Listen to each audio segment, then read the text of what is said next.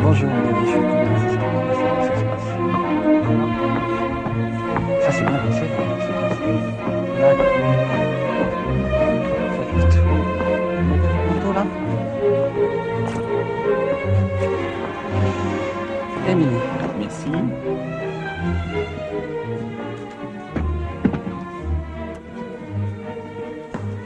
C'est à vous. Bonjour. Bonjour, asseyez-vous. Vous appelez comment? Émilie Muller. C'est votre vrai nom? Oui. Vous êtes comédienne? J'ai joué un petit rôle une fois au théâtre, il y a très longtemps, mais on ne peut pas appeler ça comédienne. C'est tout? Oui. Pas de film? Non, jamais. Des auditions? Non, c'est la première fois. Pas d'école? Pas de cours d'art dramatique? Non, je suis désolée. Comment vous avez appris qu'on cherchait une comédienne? C'est une amie, elle voulait que je l'accompagne. Elle a beaucoup insisté, puis finalement, c'est elle qui n'est pas venue. Et vous êtes venu quand même? Oui, à cause de l'histoire. Enfin, le scénario. Cet homme coincé dans une pièce et cette femme qui court le monde de sa place, ça m'a beaucoup touchée. Est-ce que vous pourriez me montrer ce qu'il y a dans votre sac à main? Dans mon sac. Oui? Mais Vous ne voulez pas? Allez-y, allez-y. Ah si, d'accord. Vous trouvez peut-être ça indiscret? Non, non, pas du tout. En fait, vous voulez que je vide mon sac? Je fais comment? Ben, vous tirez un objet au hasard et puis vous me racontez ce que ça fait dans votre sac, ce que ça vous évoque. D'accord, on va tourner. Tout le monde est prêt? Moteur? Ça tourne. Allô? Émilie Muller, première. Bon, j'y vais là. Vous savez, il n'y a rien d'extraordinaire. Porte-monnaie. Un poudrier.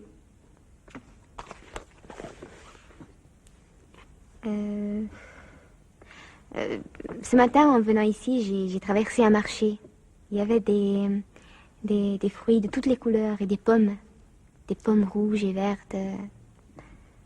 Comme je m'étais arrêtée pour les regarder, le marchand en a pris une et me l'a donnée, voilà.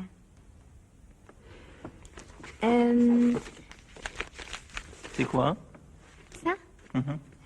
Des petites annonces. Vous cherchez quelque chose? En ce moment, rien, mais ça m'arrive de chercher du travail. Quel genre de travail? En fait, j'en change tout le temps. Femme de chambre, babysitter, serveuse dans un bar, documentaliste.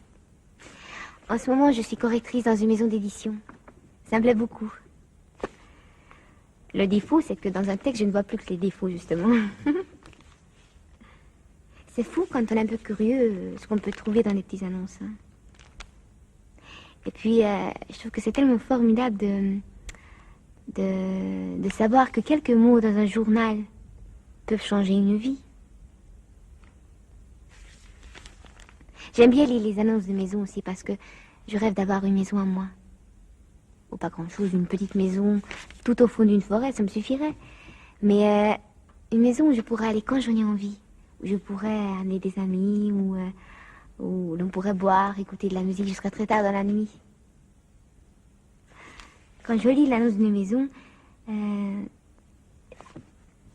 j'imagine aussitôt la vie que je pourrais y mener. Parce que, bon, une maison, c'est forcément le début d'une nouvelle vie. Je veux dire, des odeurs différentes, des couleurs nouvelles. Ou alors la solitude totale. Rien, personne à qui parler. Je rêve de ça quelquefois. Ça vous fait pas peur? Non, pas du tout. Très tôt, mes parents m'ont appris à rester seule. Ils me laissaient des après-midi entières avec un livre, oui. Mais j'ai pas le souvenir d'avoir eu peur, non, jamais. Ah, une bague. C'est un très vieil ami qui me l'a donné. C'était à sa mère, qui est morte. J'ai jamais pu la mettre. Pourquoi? C'est trop lourd à porter. Un billet d'avion? Un vieux billet? Non, un billet neuf. Qu'un ami m'a envoyé. Paris-Nice, aller-retour. Je sais pas si j'irai. Et pourquoi ça? Il m'a dit qu'il avait là-bas un appartement tout blanc qui donne sur la mer. Comme dans un tableau de... Non, en fait, ce sera pour aller voir une tombe. Une tombe. Vous savez, une tombe. Parce que tout au bout de la ville, il y a un cimetière, paraît-il, tout blanc. Matisse, le peintre Matisse est enterré là. Sa tombe est nue, avec un bouquet de fleurs rouges, toujours les mêmes. Quelqu'un, on ne sait pas qui, une femme peut-être, vient les changer tous les jours. Quand il m'en a parlé, je lui ai dit que j'avais très envie de voir cette tombe, alors voilà, hier j'ai reçu ce billet. Mais bon, si je pars, j'ai peur de ne pas revenir.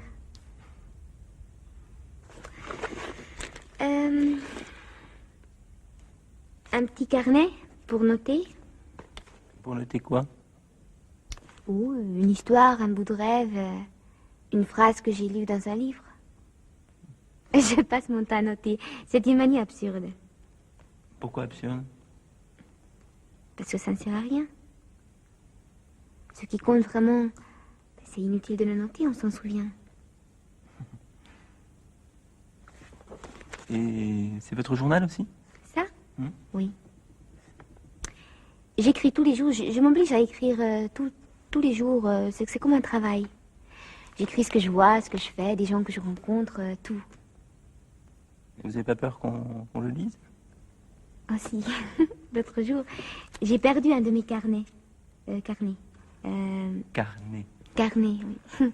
Depuis ça, j'arrête pas faire des cauchemars. Je rêve qu'on le retrouve, qu'on vient me demander des comptes sans arrêt.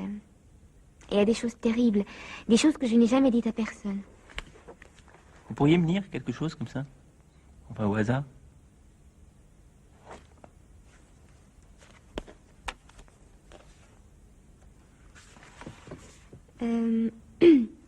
Lundi 7 juillet. J'ai connu le bonheur, mais ce n'est pas ce qui m'a rendue la plus heureuse. C'est joli, non? C'est de vous? Non, de Jules Renard. J'ai lu ça dans son journal. Attendez, il y a une phrase très drôle que j'ai notée l'autre jour, il faudrait que je la retrouve. Est-ce que vous voulez un petit peu de café? Non, merci. Dites-moi, est-ce que vous aimez séduire? Franchement, je crois pas. Mais on aime tous séduire, non?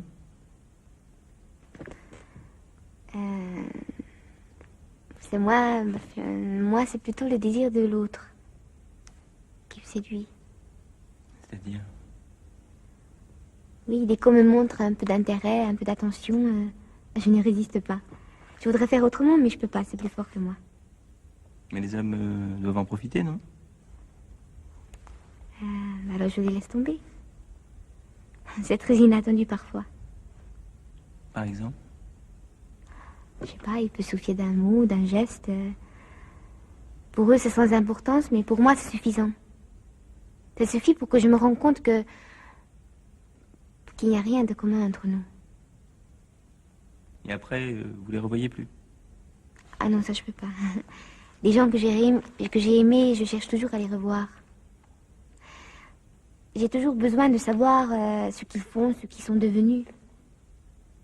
Même si je les vois pas pendant des mois, c'est le fait simplement de savoir qu'ils sont là, quelque part. Que là où ils sont bien et qu'il suffit d'un signe pour qu'on se retrouve. Vous pouvez pas imaginer, c'est important. En cherchant à effacer quelqu'un de sa vie, c'est finalement un peu de sa vie qu'on efface. Et puis, la vie fait déjà tout pour séparer les gens, alors...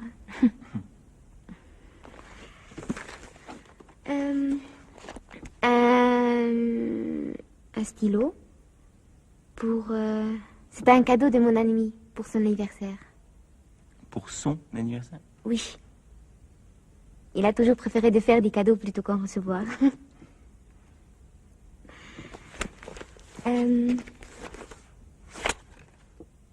carte postale d'une amie. Ça fait très très longtemps que j'avais pas eu de ses nouvelles. Elle vit au Brésil, à Sao Paulo. Depuis 5 ans, elle est bonne sœur. Là, elle m'écrit pour me dire qu'elle a tout abandonné et qu'elle vient de se marier avec un prêtre. Si je pouvais, je prendrais le premier avion. Il reste des choses? Qu'est-ce qu'il y a encore? Oui. Une carte de bibliothèque, une carte de donneur d'organes. De quoi? Ah oui, de donneur d'organes. Si je meurs, je fais don de mes organes.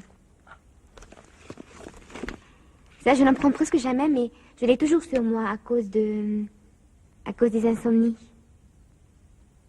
Le plus terrible, c'est entre 4 et 5 heures du matin, quand on n'a rien prévu, qu'on n'a même pas un bon livre ou quelques biscuits à grignoter. Paquet de cigarettes. Vous fumez beaucoup? Moi, je fume pas. C'est pour les amis. Ah oui. Et vous avez beaucoup d'amis? Non. J'ai un ami, justement, qui a une théorie là-dessus. Il dit que l'être humain a une capacité limitée d'avoir des amis. Que si vous en ajoutez un nouveau, il en chasse un que vous aviez déjà. Je suis d'accord, je crois que dans une vie, on ne peut avoir que 2 ou 3 amis. Et encore. Mais quelles sont les qualités qui vous touchent le plus chez un homme? Qui me touche le plus? Qu'il puisse être touché, justement. Qu'il puisse admirer aussi, c'est important d'admirer. Mais bon, c'est pas valable seulement pour les hommes. Je crois que j'aime encore plus quelqu'un s'il est capable d'être ému. C'est vrai. Et votre ami, il a cette qualité? Je crois, oui. Et quels sont ses défauts? Émilie Müller, deuxième. On est obligé de reprendre parce qu'on n'avait plus de pellicule. Donc, on parlait de votre ami et je vous demandais quels étaient ses défauts. Ah oui, ses défauts. Je ne lui en connais qu'un seul, mais il est terrible. Lequel? Tout le monde l'aime et lui, il n'aime personne. Continuez. Un canif. Quel harmonica? On dit un ou une harmonica? Un, je crois. Une épingle à nourrice, un vieil agenda. Vous avez un livre sur vous? Un livre? Oui, toujours. Vous pouvez me le montrer? C'est quoi? C'est un livre de souvenirs. Je ne lis plus que ça. Et des biographies, des journaux intimes aussi. Il faut que je sois sûre que ce que je lis a été vécu par quelqu'un. Sans ça, le livre me tombe des mains. Là, ça, c'est un livre d'un écrivain américain. À un moment donné, il explique que sa mère est morte sans avoir jamais rien lu de lui. Vous savez pourquoi? Parce qu'à chacun de ses livres, il se disait que le prochain sera meilleur. Donc, le digne d'elle. C'est magnifique, non? En fait, je lis très peu de livres en entier. Je saute toujours d'un à l'autre, d'une page à l'autre tout le temps. Mais pourquoi? Est-ce que vous avez déjà rencontré la femme de votre vie? Pardon? Oui, la femme, celle qui, au premier regard, remplace toutes les autres. Bon, imaginons que vous la cherchez, que vous la connaissez pas. Vous êtes seulement d'une seule chose, c'est que quand cette femme sera là devant vous, pour la première fois, il n'y aura aucun doute, ce sera elle que vous avez cherchée. Eh bien, la lecture, c'est pareil. En lisant, on cherche tous quelque chose d'unique. Mais cette chose, bien sûr, reste toujours introuvable. Et si vous la trouviez, cette chose? Bah alors là, ça me bouleverserait la vie, tout simplement. Émilie Muller, troisième. Allez-y. Bah, je crois que c'est fini, là.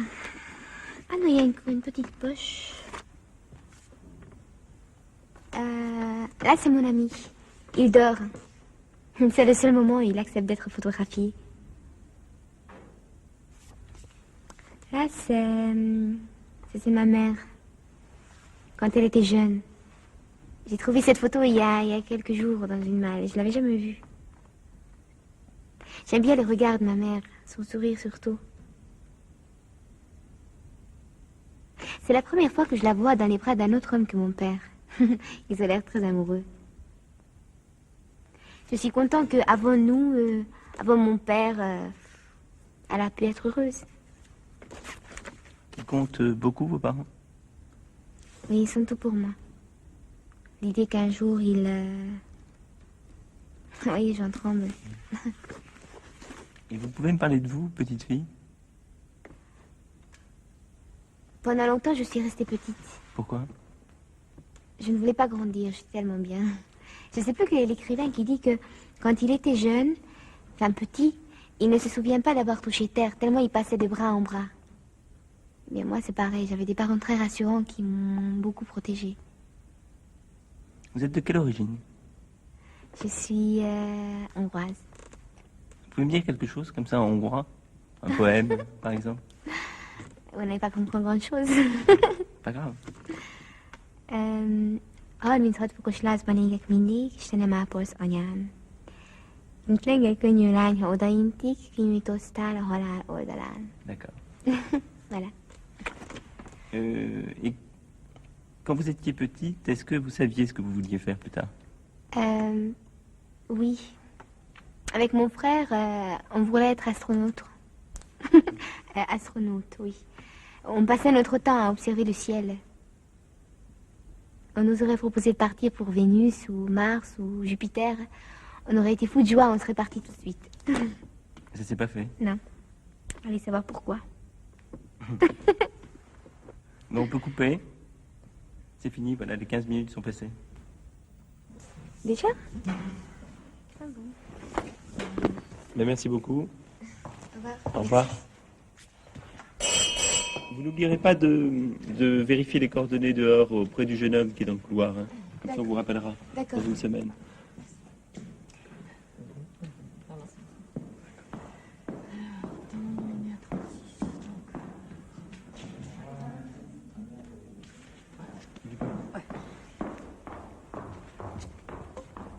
Est-ce que je pourrais avoir un petit peu d'eau, s'il vous plaît? Parce que là, Il nous en reste 4. Tu veux la suivante maintenant? j'aimerais bien faire une petite pause, là. Ouais. Donc tu leur dis que ce sera pas long? 10 minutes, un quart d'heure? Ouais, ok. Bah, je vais les faire patienter. Merci. Bon, je vais en face, hein. Hé, Olivier! Ouais. Elle a oublié son sac, Émilie. Tu l'arrêteras tout de suite? Oh, mais ce sac-là, mais c'est pas le Oui, sien. hein. oui. Attends, Olivier, on vient de tourner avec. Mais C'est pas le sien, je suis Comment sûr, ça, elle c'est avait pas pas le de sien sac. c'est le sac de qui, alors? Alice? Alice?